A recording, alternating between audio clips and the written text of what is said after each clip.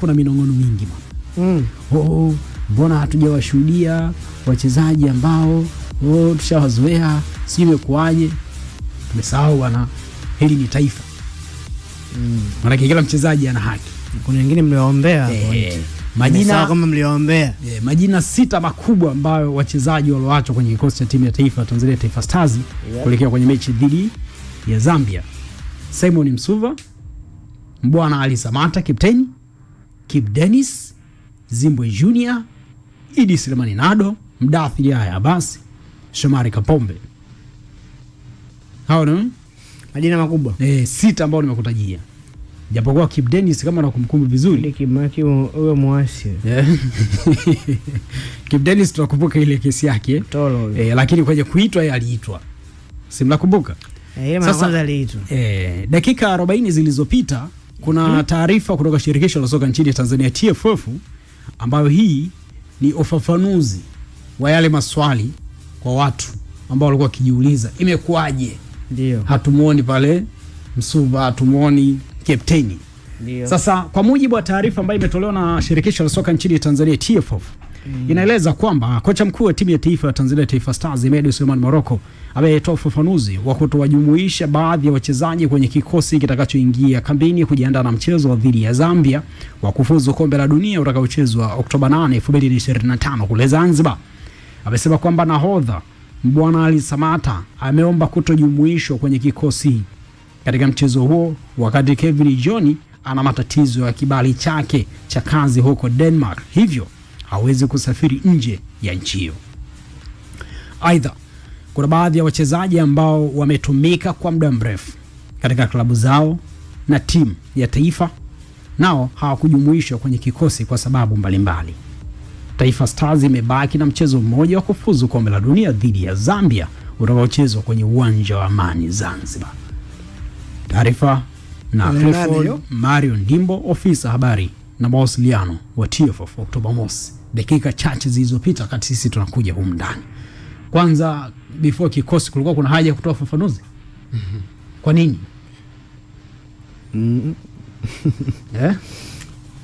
Au wangekausha tu?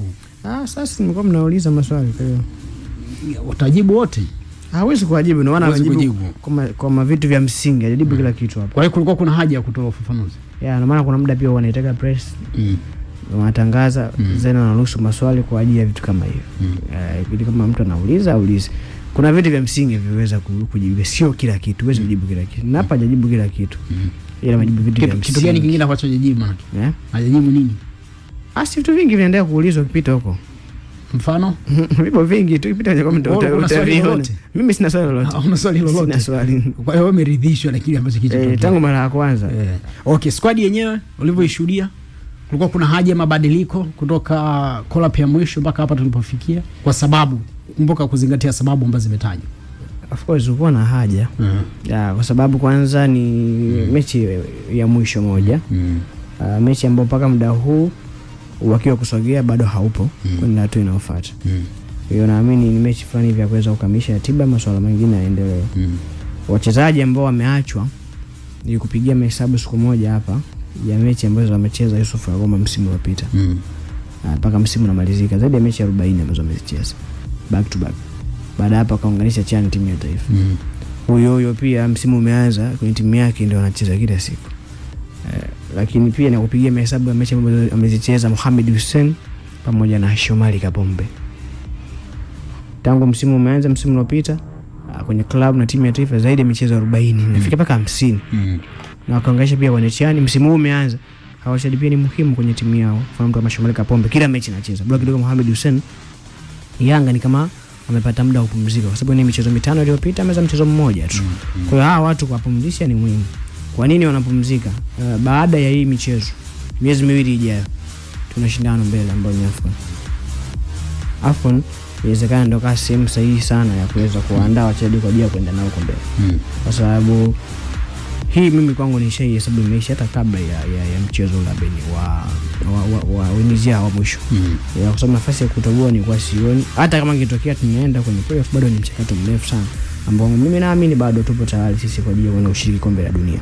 Hii kumaliza nafasi ya pili kwetu sisi ni hatua nyingine nzuri ambayo huko nyuma pia tulikuwa tumekosa. Kama nakumbuka huko nyuma ama kundi ilikuwa pia timu mbili. Baada hapo mtaoana mpaka wabaki wale watu watano. Kwa hiyo kuna eneo ambalo unaweza kusema kikosi kilichoitwa wala walopumzika. Kwa mimi naunga mkono wapumzike. Wametumika sana. Job hajatumika. Na kuna nafasi nyingine hazigusiki. Uwezo kufanya mabadiliko. Uwezo kaacha. Okay, kwani msimamo ulivyo kwa sasa? Tanzania sipo nafasi ya pili alama 10. Ya na alama Morocco na 21 ambaye ndio washafuzu. Morocco kashinda moja kwa moja. Nigeria na alama 9. Maana akishinda pia mechi yake ya mwisho, Nigeria na alama 9, shinda na alama 12. 12 mwingine nani? Zambia ana 6, nafasi ya 4. Huyo atakishinda toka Tanzania. Congo Brazzaville ndo ana alama 1. Nafasi ya mwisho. Kwa zile best second placed teams. Tanzania tupo nafasi ngapi? Sisi tuko nafasi ya mwisho. Ya mwisho maana yake ya 9, alama 10. Gabon anaongoza na 19. Na alama 19. Madagascar na 16. 16. DR Congo 16. Burkina Faso ana 15. Kwa hiyo ndo ndio bora ambaye inatafutwa kwa Japrio. Hao ndo wanne wa juu. Kutoka 19 Gabon. Ambaye Gabon pia ukiangalia kwenye kundi lake anaweza kundi lake ashafuzu. No, bado. Alienaye kwa sasa. Gabon ana michezo miwili. Hasa ndo kwenye kundi na timu 6. Tuseme basi manake si wana Cote d'Ivoire mle. Manake bado hajafuzu. Bado. Hawa mpaka michezo ya mwisho. Hapo ni alama ngapi? Alama 1. Inaweza ikaamua. Ana 20 Cote d'Ivoire. Gabon manake ana 19. Kwa hiyo kifupi kijaribu kuangalia kuna wengine hapa wana uweni akina Madagascar, Fozi, Gabon. Nafikiri hata DR Congo pia. Of course. Kundi lake DR Congo sana nani? Senegal. Senegal. Ambao Hilo pia bado. Kwa hiyo Tanzania manake ikishinda, ukimtafuta Burkina Faso pamoja na Cameroon ya 15, Namibia 15, Uganda 15, South Africa 14, Tanzania na 10. Manake ikishinda Tanzania anafikisha alama 13. Bado wengine wana uwiano bora zaidi wa matokeo. Bado atakuwa ipo chini kwa wengine. Alama, si ndivyo? Sawa, wana ndio timu yetu. Kwa hiyo tuungane pamoja ili jambo la kitaifa. Uzuri tuna maandalizi ya kuelekea AFCON 2020 ni mwisho 2025 Morocco, Disemba 21. Baada hapo ndo tunarudi Sima host ya. Inaofuata tusikatishane tamaa 2027 ambayo tuungane pamoja wala tusikatishane tamaa. Sasa tuondoke tugusie kwanza ligi kuu soka Tanzania bara hapa. Tufahamu jana pia kuna mechi nyingine ambazo zilipigwa. Leo hii pia kuna game ambazo zimepigwa na nyingine inaendelea. Kitoa matokeo ya mechi za jana, tuzungumzia mechi mbili. Singida ambao walishinda 1-0 dhidi ya kikosi Mashujaa. Mbeya City wakisuluhu dhidi ya kikosi cha Young Africans. Mechi ambayo inaendelea kwa wakati huu hapa, dakika ya 62 ya mchezo, JKT Tanzania wapo nyuma goli 1-0. Ni dakika 63 hiyo. 1-0 dhidi ya kikosi cha Azam. Saa 2:15 tunazungumzia mechi Mnyama Simba wao watakao kucheza dhidi ya kikosi cha Namungo. Hapa bwana ni kwa mara ya kwanza mechi inachezwa usiku ya ligi kuu. Kwa mara ya kwanza. Meja Jenerali Samuyo. Tumetaza zimefungwa na game wakati inaanza ilianza majira ya saa 12 kamili za jioni. Tulikuwa tunaona kama kuna vivuli hivi, tukasema basi ngoja ichanganye kidogo ili giza. Tushuhudie mambo. Vipi mpaka sasa hizi comment yako? Tunafanana pale kama Kaitaba ama tupo Majaliwa Stadium ama tuweke Mtukati ile Mkokwani Tanga ama wana special? Maana kutajia viwanja vitatu hivi. Kwa nilichokiona mimi kuna special wako vizuri. Wanamkaribia Majaliwa Stadium. Wanamkaribia Azam. Chamazi? Kweli? Kwa unapata picha clear. Picha nzuri tu, mbona kama hivyo pigwa. Chamazi. Hao wanamkaribia. Hivi Chamazi si ndo the best kuliko Majaliwa Stadium? Chamazi ndo kizuri zaidi. Kwa hiyo hawa manake kuliko wengine ukiacha Benjamin Mkapa sasa. Kwa hiyo hapa pameshinda hata Majaliwa. Pameshinda Majaliwa. Hapana, baada ya Chamazi mimi nafikiri Majaliwa. Huyu atafuata na Majaliwa, sijui mnapaonaje ni Majaliwa kaka unapata kitu clear pale. Okay, mwisho siku ni maendeleo. Baada ya Azam ni hapa. Baada ya Azam kwa nini panafuata hapa. Ila kule Kaitaba ni uongo. Kwani pia uongo kidogo. Kaitaba ni gizani. Jamhuri Morogoro pale napo uongo fulani. Dodoma of course. Dodoma pana shida nyingi. Shida nyingi sana. Okay, vipi kuhusu pitch? Maana jana mmesema watu wamechezeshwa kwenye shamba la mpunga kule Mbeya. Shamba la mpunga. Shamba la mpunga sio la maparachichi lile. Ila lile ni mpunga. Vipi pitch kwa hapa? Uwanja uko vizuri. Meja Jenerali Samuyo. Hapa leta excuse nyingine. Wameweza ku-maintain vizuri uwanja wao. Msimu pia tuliona ubora. Na kumbuka pia kulifanyia marekebisho mshoni hapa kwa ajili ya maandalizi ya CHAN. Ilikuwa ni mmoja ya event vya mazoezi. Kwa ubora upo. Mpira unatembea na pongezi kwa JKT. Hata majukwaa pia asilimia kubwa. Unaweza kusema ishakamilika. Watu wanakaa hapo uwanjani. Kwa kuna eneo ambalo JKT imefanya vizuri. Uwanja ni mzuri. Mpira unachezwa. Japokuwa hakuna ile kofi ikepo zilizozungumzia, si ndivyo? Kule kwa mashabiki nini? Of course kule. Ila walipofikia hueni. Tunaona kuna kitu bora zaidi. Na kwa jinsi ulivyotengeneza inawezekana hizo kepu sijui kama ni mpango wa miaka mingapi ijayo. Kwa jinsi ulivyo hawana mpango wa kuweka hizo kepu. Kwa jinsi ninavyoona kwa hivi sasa. Mpango upo lakini sio kwa sasa. Yaani kwa ninavyoona hivi sasa. Huo mpango sio wale. Yaani kama huo basi sio wale wala kesho. Jambo tu la kuweka ama jukwaa. Ana ukisema unaweka kepu hapa na kwa mfumo wa sito ulizoziweka watapata wateja wengi sana. Achana ile excuse ambayo ulinipa muda ule. Lipi? Ya kusema hapa bwana masharti mengi sana. Ila ni football.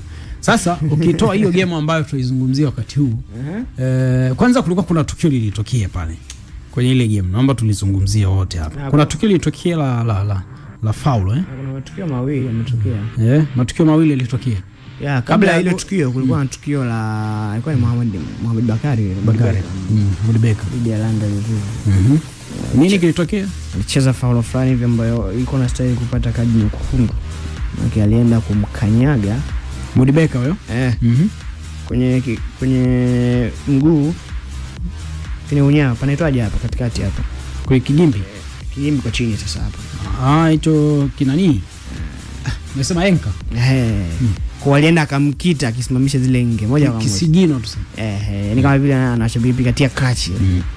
Na ambayo ni foul ambayo ilikuwa inastahili kupata kadi nyekundu. Lakini mwamuzi aliamua kutoa kadi ya njano. Baada ya tukio hilo likafuata tukio la pili sasa ambalo umeniuliza. Ile ambalo linamhusu anaitwa Bausi yule. Dhidi ya Baraketi Himid. Huyu ni mchezaji wa JKT anaitwa Abrahim Saif Bausi. Dhidi ya Baraketi Media. Baraketi Media kwenda kufunga kwa sababu ni nafasi ambayo imetengenezwa. Na Bausi ndio alikuwa mshambuliaji mzuiaji wa mwisho kwa maana ya last defender. Alichokifanya yeye alienda kupiga slide tackle. Kwa macho yangu mimi nilivyoona haikuwa foul. Alifanya vizuri. Kwa macho ya mwamuzi alivyoona yeye alitafsiri kama ni foul. Na baada ya kutafsiri kama ni foul kwanza aliitwa na line 2 pale. Kufanya majadiliano kidogo. Sijui alikuwa anaongea kitu gani. Alvarodi hakubatilisha maamuzi yake. Akasema vile vile kama ni foul. Kitu ambacho kwa kinasubiriwa. Kwa sababu Bausi pale ukienda kwenye sheria unaweza kusema kwanza amedinai nafasi ya wazi ya Baraketi kuweza kufunga bao kwa sababu alikuwa analiface goli. Kabisa. Kwa hiyo kama maamuzi yameamua kwamba ni foul itakiwa sababu ni nje ya box mpira utengwe, lakini cha pili ingeambatana na kadi nyekundu. Maamuzi chokifanya ametoa kadi ya njano. Hiyo ni kikanuni au maoni yako? Hii sasa hii ni kisheria sasa. Sio maoni tena.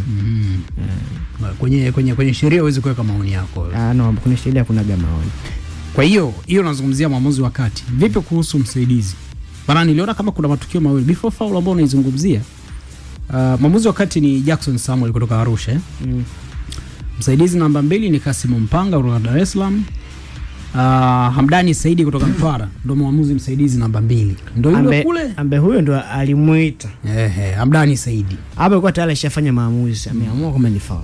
Lakini aliitwa akaenda kujadili. Lakini kosa la Hamdani ni nini? Yule msaidizi namba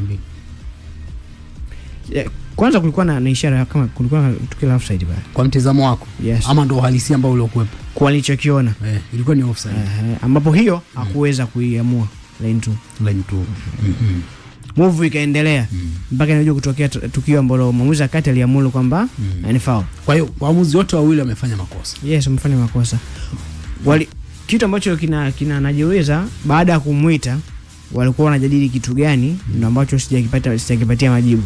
Kwa sababu kama kungekuwa na kitu kingine ambacho kina utofauti na ambacho tumekiwa na maana hata maamuzi yangeweza kubadilika. Kwa sababu alivyoenda kule maamuzi hakuna maamuzi ambayo yameweza kubadilika kama ilivyokuwa kwa sijajua walikuwa wanajadili kitu gani. Au labda alimwambia kwamba bana pale hakuna foul au labda utoe kadi nyekundu, maamuzi wakati akagoma. Ile ni swali lingine. Raundi ya ngapi? Ya 3. Ya 3 ya. Vipi? Kuna improvement? Ama tunarudia yale. Jana niliona minong'ono hapa kuhusiana na viwango vya waamuzi.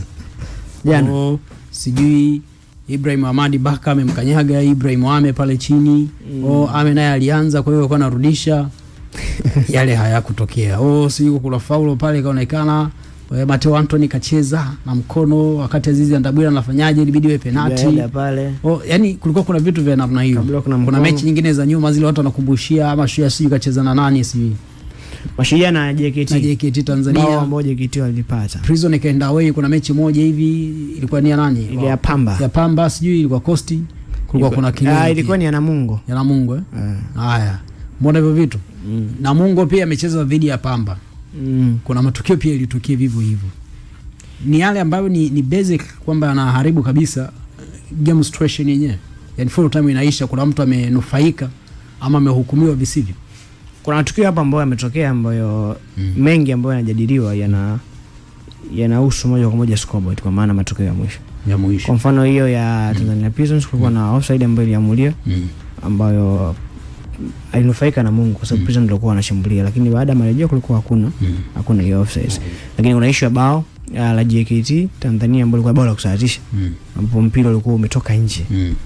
Na hiyo move na ambapo JKT baada ya mpira kurudisha alitumia kuweza kusawazisha, sababu Mashujaa ndio alitangulia kupata bao.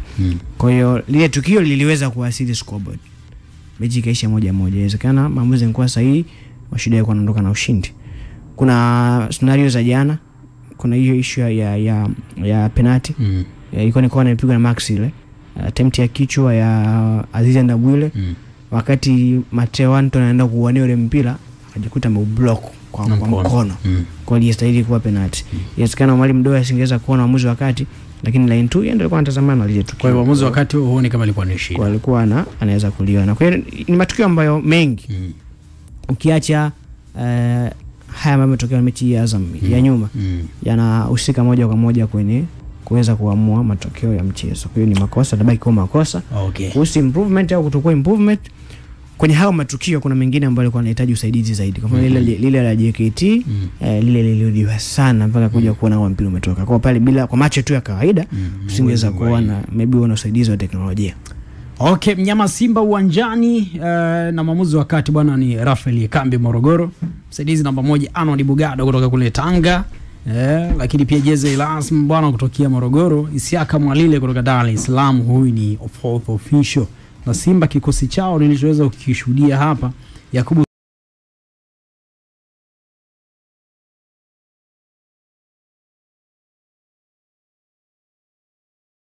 Suleiman bwana leo ameanza.